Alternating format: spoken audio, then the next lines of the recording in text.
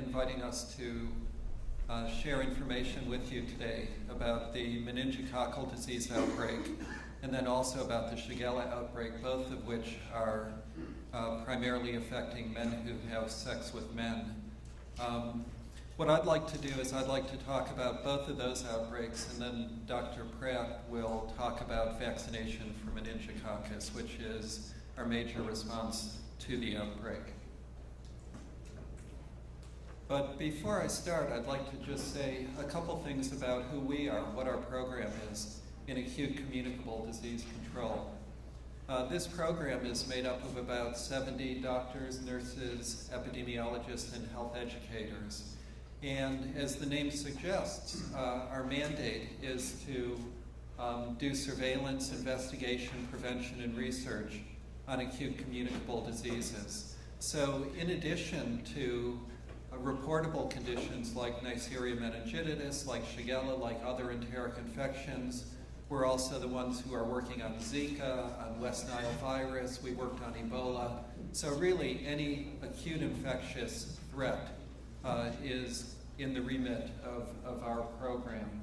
And the various activities we engage in are shown here. So the outline for this presentation is pretty simple. I'm first going to talk about the meningococcal disease outbreak, and then secondly to talk about the Shigella outbreak. Neisseria meningitidis, the cause of meningococcal disease, can present as meningitis, sepsis, or pneumonia. The incidence of meningococcal infections has been decreasing steadily over more than a decade. And currently in Los Angeles County, we have about 15 cases per year. So really, we've done a very good job in reducing the threat of meningococcal infection. And that's primarily due to the licensure and the availability of vaccines against the major serotypes that cause meningococcal disease. Nevertheless, institutional outbreaks continue to occur, and there have been outbreaks in colleges around this region and around the country. Outbreaks also have occurred among men who have sex with men, and prior outbreaks have occurred here in Los Angeles County a couple years ago, as well as in New York City, Chicago, Paris, and Berlin.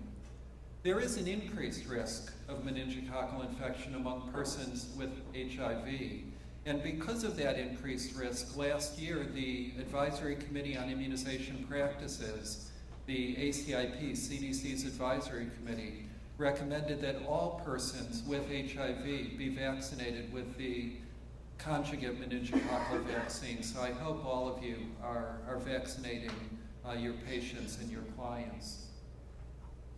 Risk of meningococcal infection is associated with greater secretion contact, so it may be associated with having multiple partners, with smoking, with being in crowded conditions. And interestingly, all of these meningococcal disease outbreaks among MSM have been a particular strain.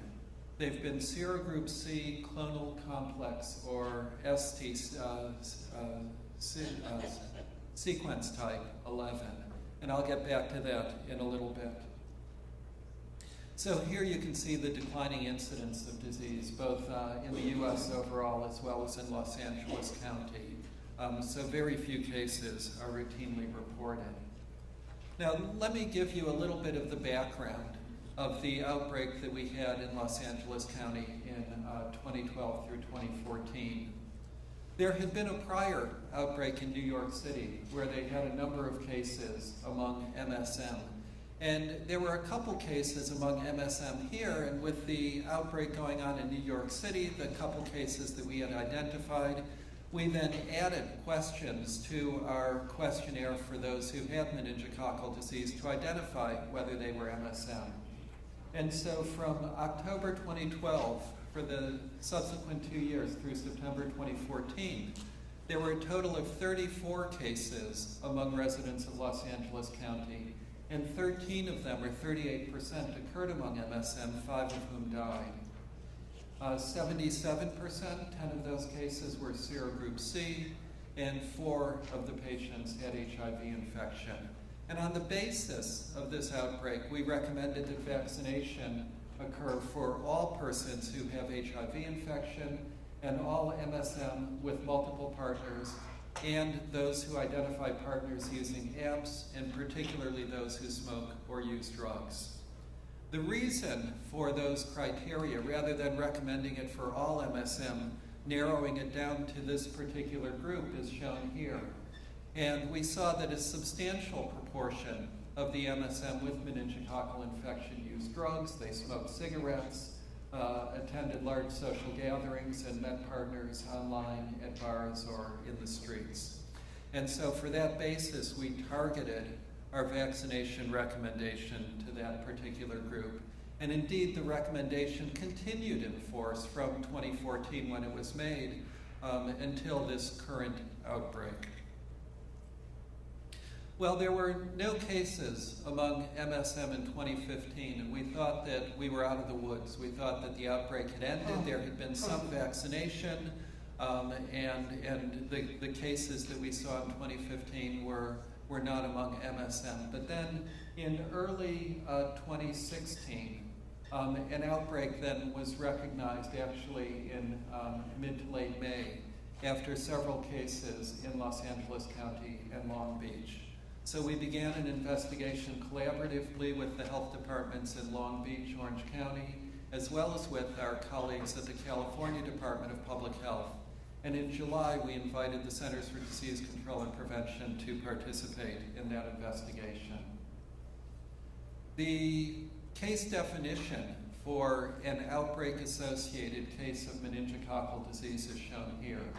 So a confirmed case is a patient who had invasive meningococcal disease with onset after March 1st and an epidemiologic link to this metropolitan area, with the isolate being identified as Neisseria meningitidis, serogroup C, and if it was sequenced, being this clonal complex ST11.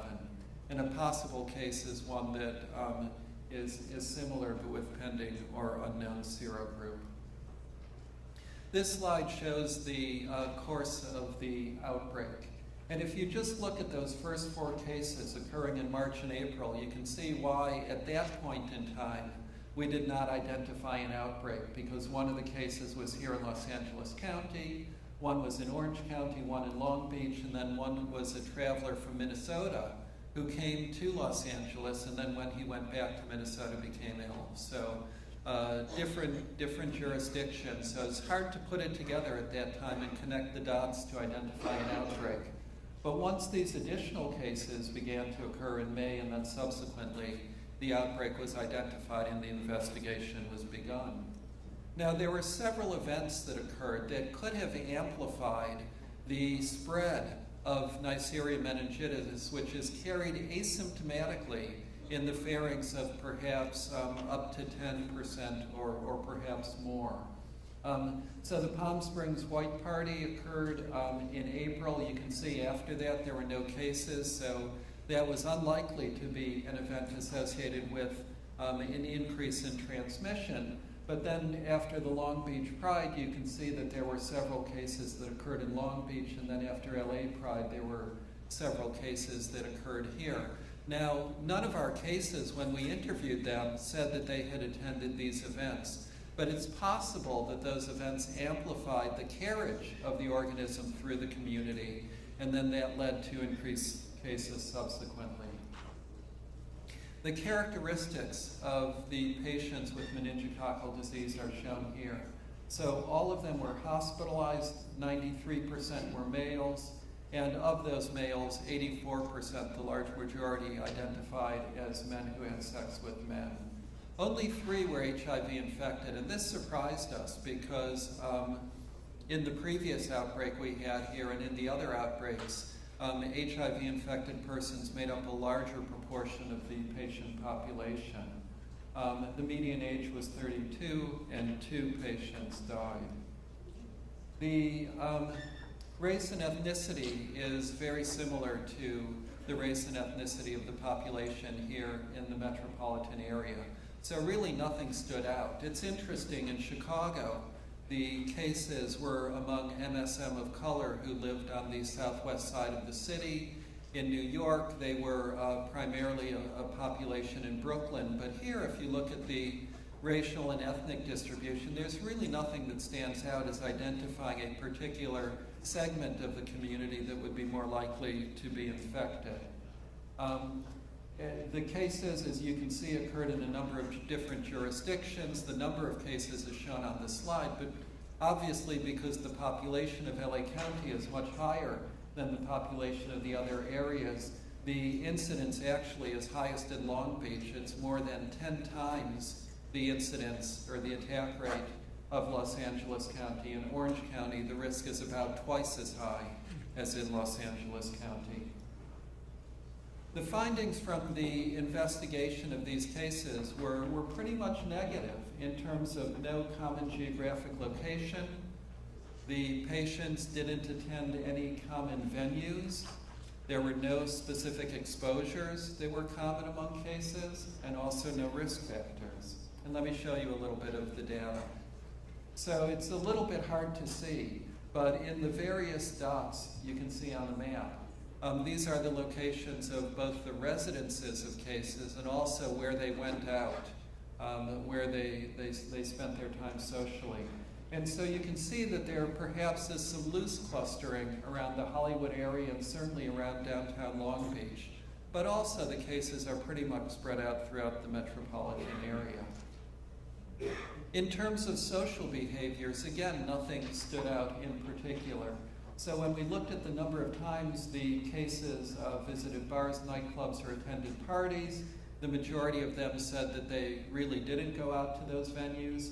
And if we also looked at in the 3 months before getting sick, the number of times they went out to a place where gay men hang out, the largest group said never, and then many of them only went out to those venues once a month or so.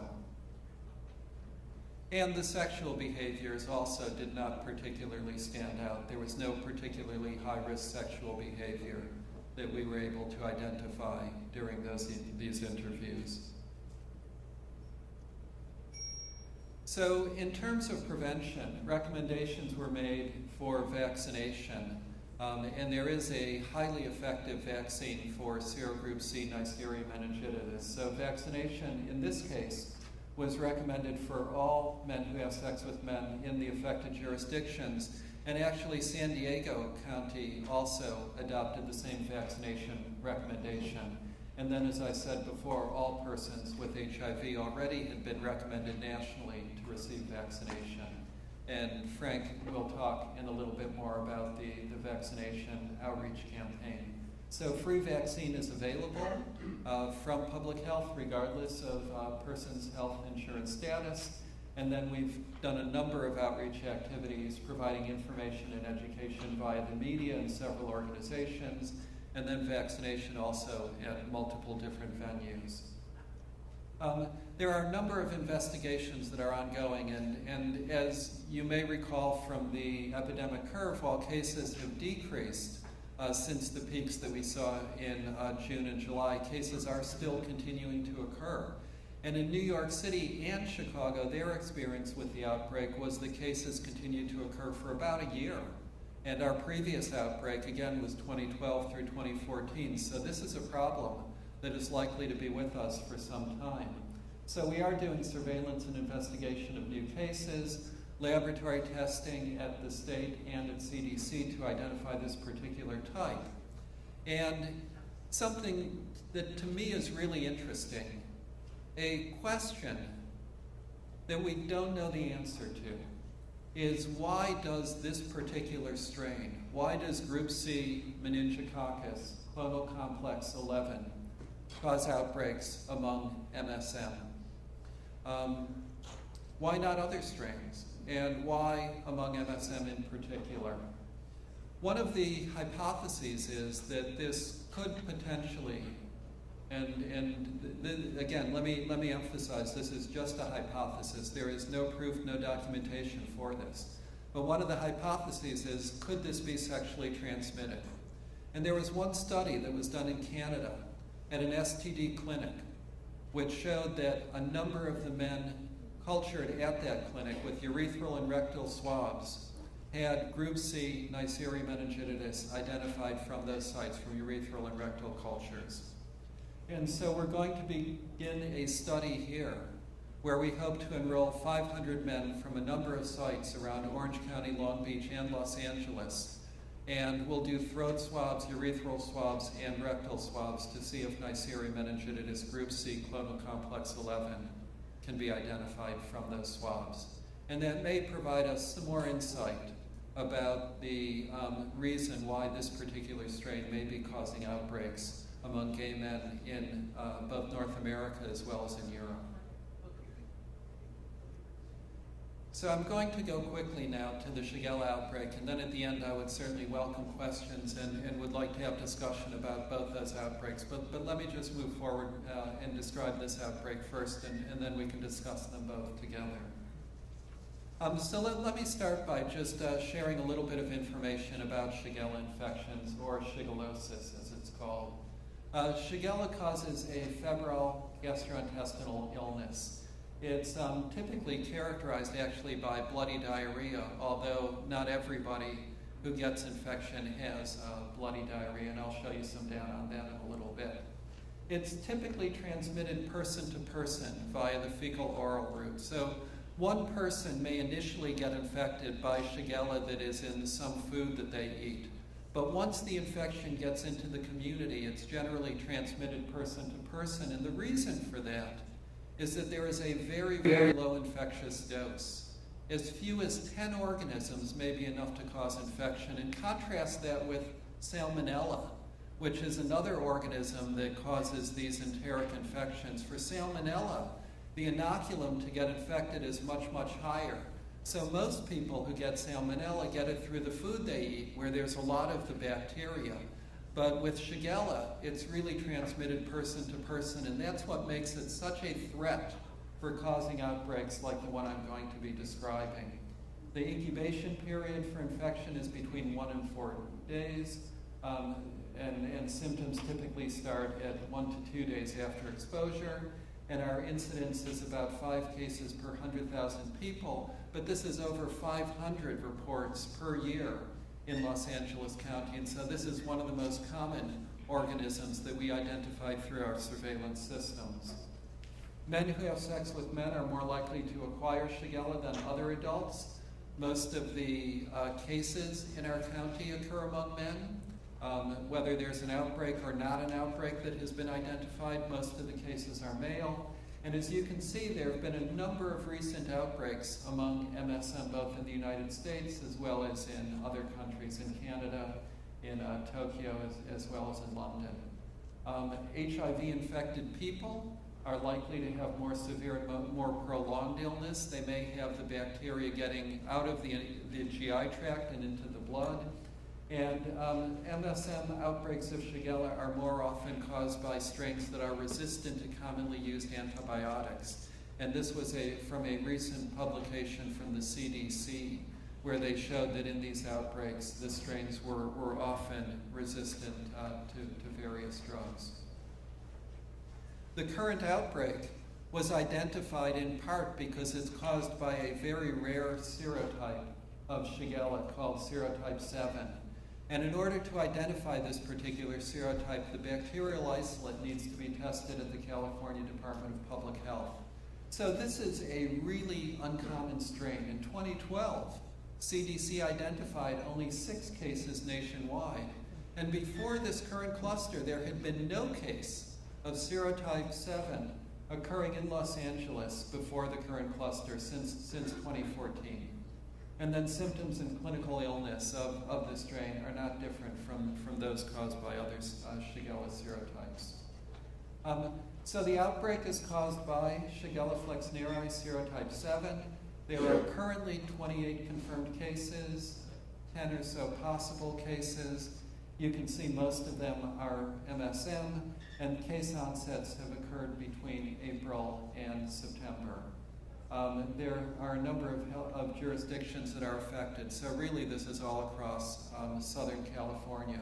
But there's one thing I really want to point out here, and that is for every case of Shigella that we can identify, there are probably, perhaps, between 30 and 100 cases that we do not identify.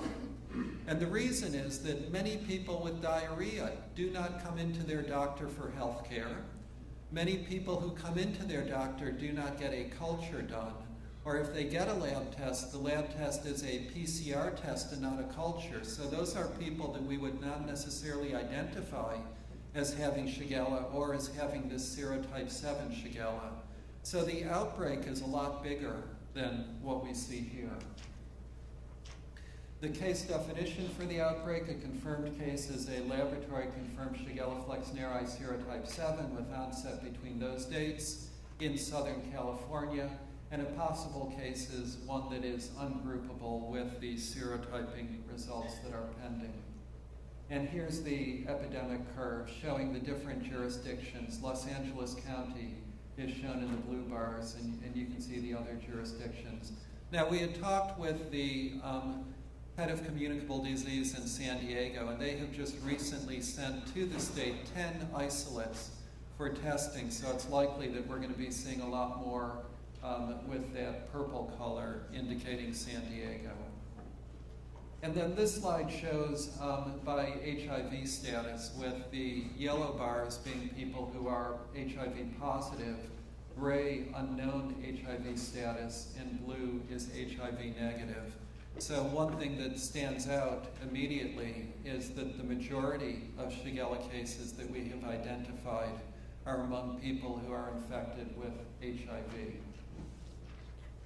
The cases here also have occurred all across the metropolitan area. So you can see the red dots are the cases in Los Angeles County, and they're kind of spread out. Maybe you can pretend there's a little bit of clustering in the Hollywood area, but again, it really doesn't stand out. And then the black dots at the bottom, you can see that there's also a small cluster of cases in Long Beach. All of these cases are male, all 28 cases that are outbreak associated. The median age is 35. Again, nothing particularly stands out in terms of race, ethnicity. Most are MSM, and the majority of those are HIV positive, and one death has occurred. When you compare those who are HIV positive with those who are HIV negative or have an unknown HIV status, if you look at the rate of hospitalization in the first row, those who are HIV positive have a higher rate of hospitalization, and they're also likely to be hospitalized for a longer duration. The symptoms are not particularly different: fever, diarrhea, bloody diarrhea, abdominal cramps, and virtually everyone has gotten antibiotic treatment. Social and behavioral characteristics are shown here, and what stands out is also that a number of folks are homeless or transiently housed, and so the percentages you see are for all of those who were interviewed, and then underneath you can see that all of those who were homeless, who had hepatitis C, who also were identified with syphilis, and most of those who are injecting drug users were the HIV positive population. Of those who had HIV infection, the patient who died was HIV infected and not on heart at the time of his death, had a very low CD4 count and a number of other medical problems. Only 5 of them reported adherence to heart, with 10 being non-adherent or not in care. And so that is certainly something that we find concerning. And then 2 had no data about therapy. Susceptibility testing showed that all of the isolates were non-susceptible, were resistant to ampicillin and trimethoprim sulfa, and they all were susceptible to ciprofloxacin. And in recent guidelines from the Infectious Disease Society of America, from CDC and others, ciprofloxacin is recommended as the drug of choice for treating Shigella in men who have HIV infection, or in women who have HIV. So several items of guidance for healthcare providers. First, it's really important that when you see somebody with diarrhea, particularly if it's bloody diarrhea, please obtain a culture. Do not just obtain a PCR test. I know PCR is easier, it's cheaper, you get the result more quickly, But without a culture, we cannot identify whether someone has serotype 7 and may be associated with the outbreak. And we also, without a culture, are unable to track antimicrobial susceptibility. So obtaining a culture is important. Secondly, it's worth treating Shigella among MSM, which will shorten the duration of illness, reduce shedding, and also decrease the risk of transmission to sexual contacts. And then finally, educate your patients so that they know what they can do to reduce the risk of transmitting Shigella. For clinical laboratories now have a requirement that if they identify Shigella by a PCR or some other test, they do a culture and that they then send the culture to a public health laboratory. And that now is a California state requirement. And then in terms of prevention and outreach, again, please advise your patients to avoid fecal-oral contact, particularly within the couple weeks after illness, because Shigella can be carried asymptomatically even after antibiotic treatment, generally for up to 2 weeks. So our recommendation would be to avoid sex for at least 2 weeks after recovery, and then when having sex again, refrain from oral anal contact or use barriers. Wash hands, genitals, anus, sex toys before and after sexual activity, and if there's no access to soap and water, you can use gel or wipes. We also have developed a palm card, which is a little bit racy for the Department of Public Health.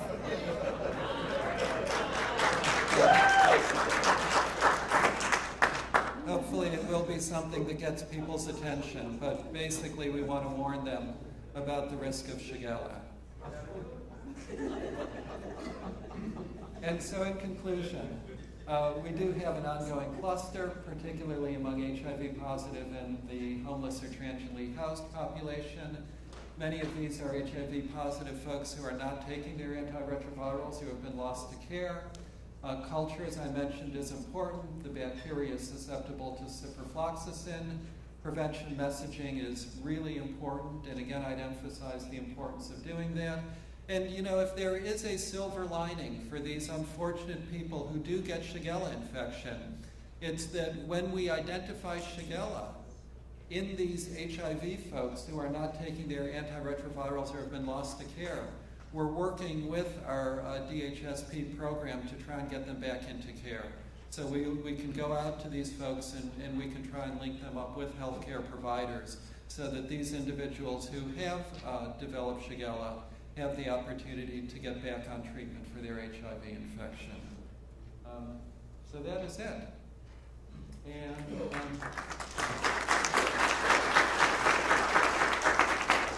I'd be interested in any questions or suggestions that you may have on controlling these outbreaks.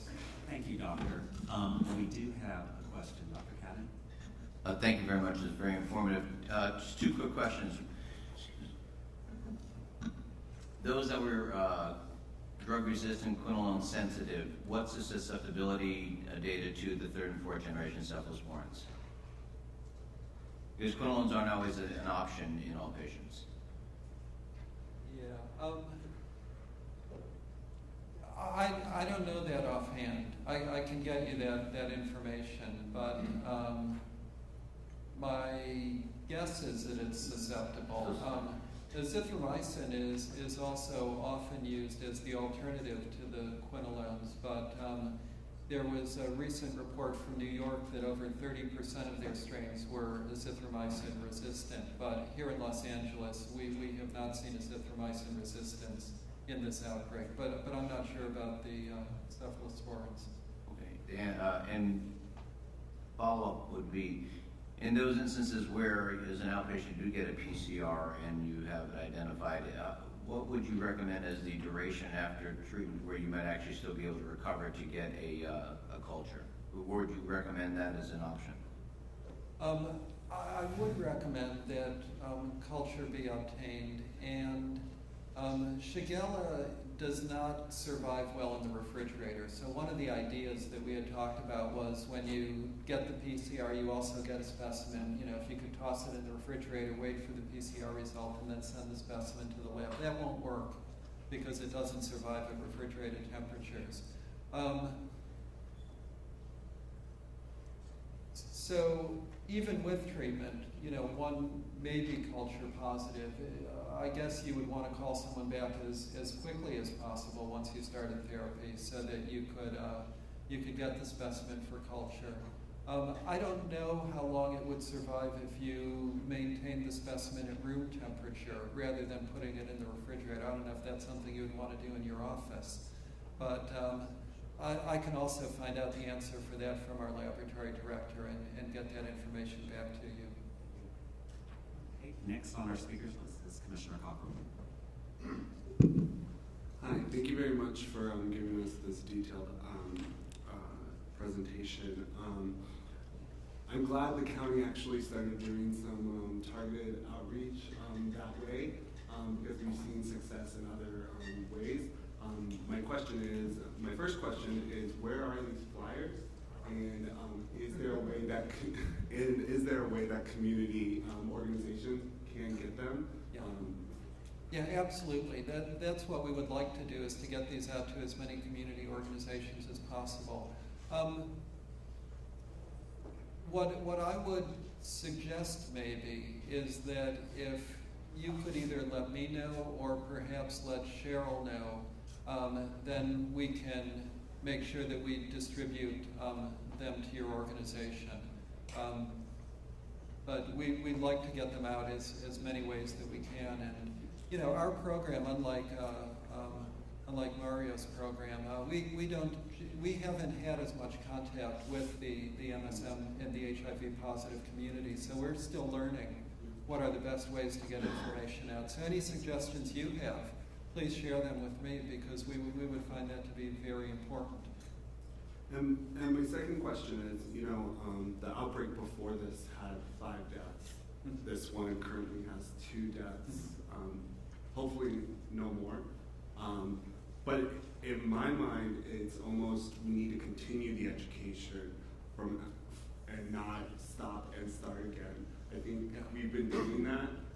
So I'd really like it if the community partners around the table and the public health and the Department of Health Services can all get around the table and start talking about how we educate on these different outbreaks. Yeah, education and also vaccination, which Frank will talk about just shortly. Yeah, to your point, I'll specifically Can you address use the mic? We need you to use the mic at the podium. You have a Thank you. lavalier? Sorry. This is, hi, I'm Frank Pratt. I'm with the immunization program. Let me bring up the slides and I'll help us out here. But maybe while Frank's doing that, are there more questions that Yes, we have quite a few. Some of them might overlap our discussions. So Should we take if them it at talks the end? about outbreak management, Okay, outreach and stuff. If probably commissioners, I would keep your questions and keep you on call, and then we'll go through with the other. Thank you. Okay. Good morning. As noted, my name is Frank Pratt. I'm with the immunization program of the County of Los Angeles Department of Public Health, and we are thrilled to be here and present to this commission. I was a commissioner myself for 8 years with the Emergency Medical Services Commission and chaired it for 2 years, so I do appreciate the daunting task you have sometimes as a commission and your very important role in our county.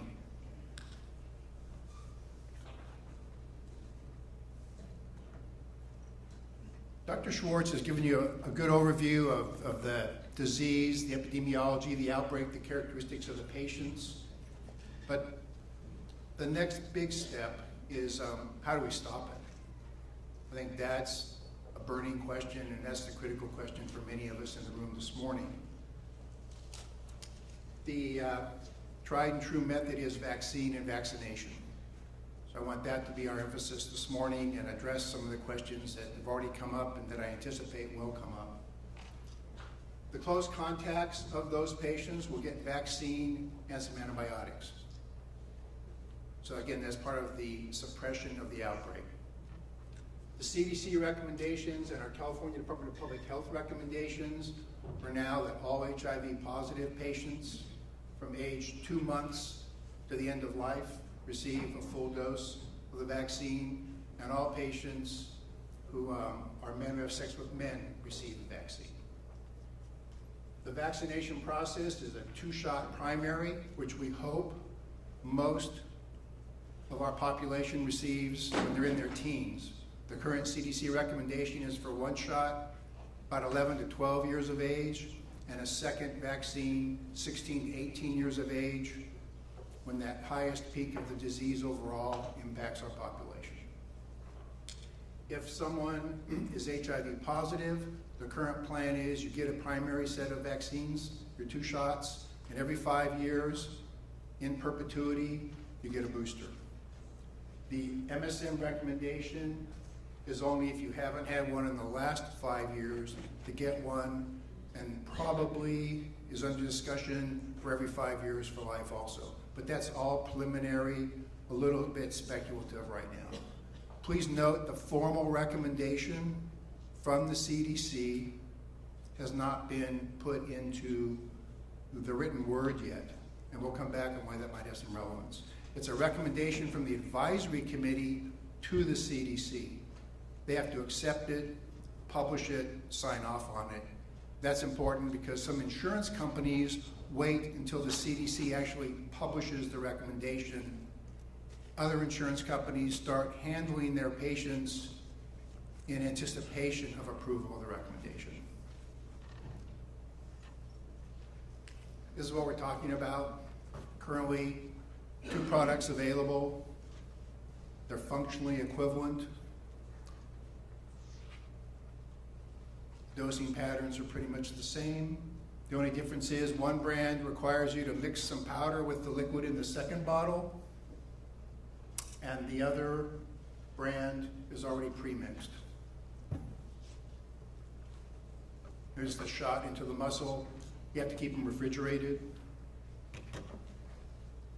I think what's important for us is, from a vaccine program perspective, the outbreak focuses on serotype C, C Charlie.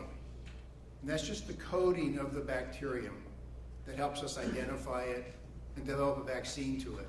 There are a total of 4 serotypes in the current recommended vaccine. The critical fact for us is this doesn't cover meningitis B, which is another concerning cause of meningitis. So that's a separate second vaccine. The one we're focusing on is what's called the conjugate MCV4 vaccine. So if you're just hearing dialogue and talking about it, the key moniker is MCV4. That's what we're focusing on, as opposed to meningitis B. There's one other vaccine that's used in patients who are over the age of 55, but for purposes of the outbreak, the 2 types that are the conjugate MCV4 vaccines are indicated, appropriate, and recommended for any age group.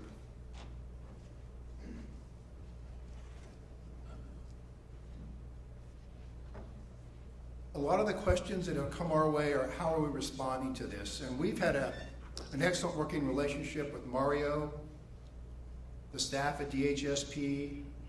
We have relationships that have been established with many people around the table this morning. Some of you I've left phone messages for, talked with on the phone, met face-to-face, or sent emails to and from. So we're doing a broad outreach, but I want to go how we thought it through, how we sequenced it, and how we anticipate the future.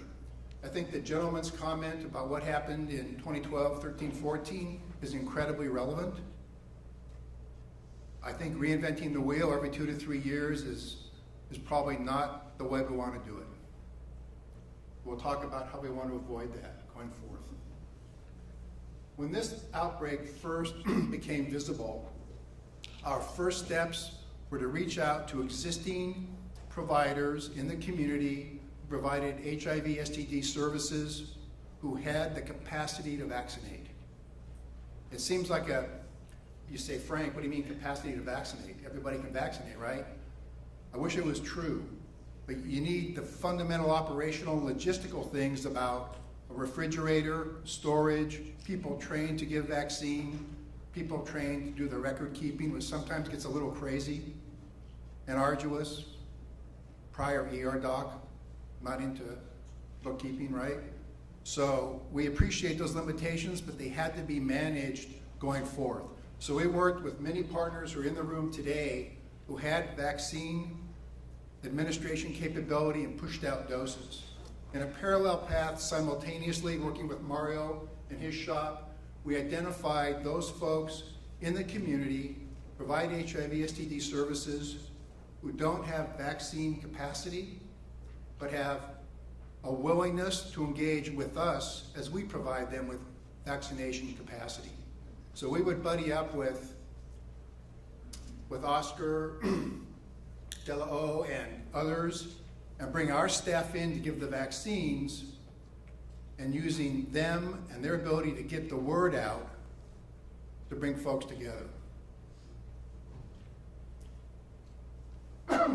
We think that is incredibly important because given some of the history that's been alluded to, we think at the local organizations who are known quantities, the people are known, the relationships exist, the credibility and the trust is already established, we consider that the front line.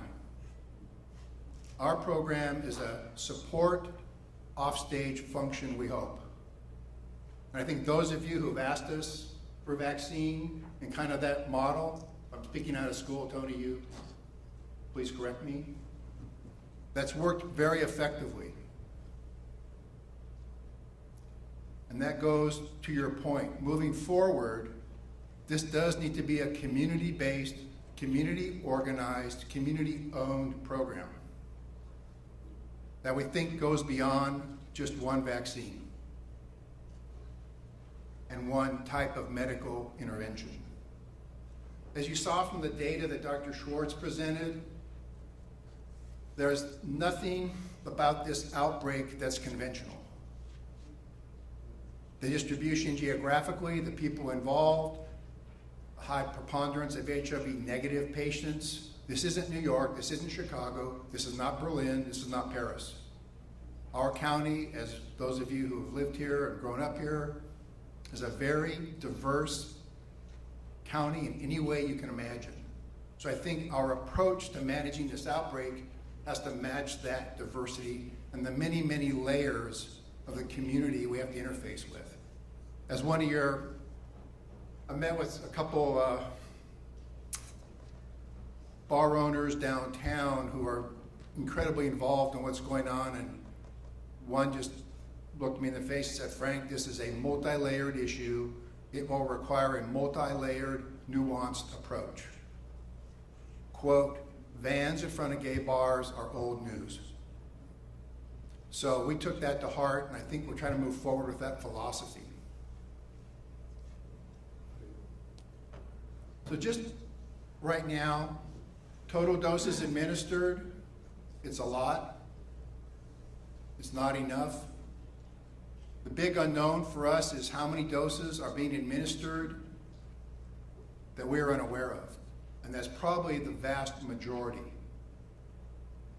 People go to their regular doctor, they have a relationship, they get their vaccine just as a routine thing, or something that's become a prominent thing and they get it now.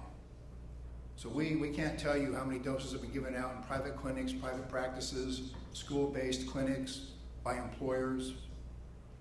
And getting that information is exceptionally difficult.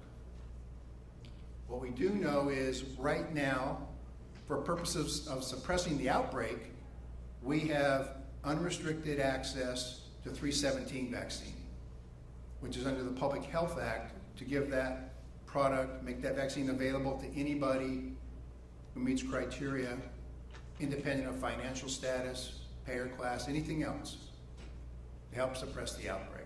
The downside of that is when the outbreak is declared over, that readily available vaccine goes back into the public health clinics for use on the un- and underinsured. What's your name? Ed, Frank. So to Ed's point,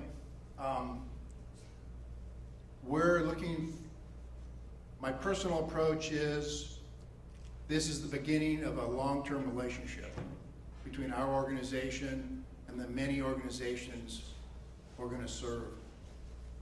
I think we've started that outreach. Dr. Mills and I have become close friends in the last couple of months. We've worked with all the major healthcare providers in the community, those who want to be healthcare providers in the community. We've listened to them, and what we've learned is we need to keep listening and keep communicating and keep the outreach alive. Keep sharing information. Another concept that Mario and Kyle and I have talked over and Sonali have talked over is the whole concept for all patients of a vaccine portfolio. We want to flip it, not to be a disease-based approach, but a patient-based approach. What do I, given my age, my medical problems, my lifestyle, what do I need, if you will, to have my vaccine portfolio complete? The disease-based thing for public health, community-based vaccination, I'm not sure it's an effective approach. It's a one-at-a-time approach, and it seems like you're always playing catch-up, and that's not a good place to be. We could go on for a long time. We've used up some of our time. What I do want to do is get ideas from this group. I've already got Ed's made one very clear, which I think we're starting to work on. But I want this to be a conversation about what you feel is important and what's the best way to approach this. The disease details I'll leave to Dr. Schwartz. I mean, I've got to worry about 3 other serotypes, one of which is rarely seen in the Americas, but one of which we've already seen in other cases in the last 6 months. So this vaccine is more about a broader population, including the patients who are at risk for serotype C. Because I think there are enough things we don't know about the disease yet, or the communicability of the disease, that it warrants that broader approach. My big fear is premature consensus. I think premature consensus is a good way to miss something. We start narrowing our options too quickly, it's an opportunity for something to fly right by you. And I absolutely don't want that to happen. That's what keeps me squirming at night when I'm trying to figure this out. So thank you for your time. I'm happy to take any questions. Thank you, Dr. Schwartz is. Thank you.